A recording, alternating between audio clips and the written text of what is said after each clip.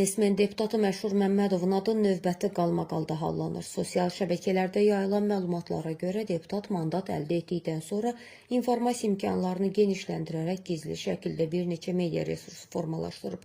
İddialara əsasən hələlik adı açıqlamayan həmin media orqanı Məmmədovun fəaliyyətini təbliğ etməklə yanaşı bəzi məmur və deputatları sərt və açıq tənqid hədəfinə çevirib. Bildirilir ki, sözgedən platformada müəyyən şəxslər haqqında ardıcıl tənqidi materiallar dərc olunur və bu yazıların onların ictimai imicinə mənfi təsir göstərdiyi vurğulanır.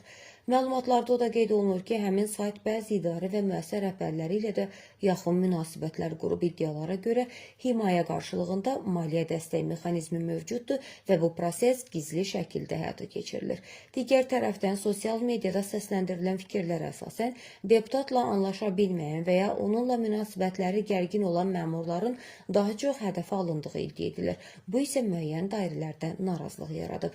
Qeyd edək ki, səsləndirilən bütün bu iddialarla bağlı rəsmi mövqe açıqlanmayıb. Mövzu ilə bağlı qarşı tərəfin də mövqeyini işıqlandırmağa hazırıq.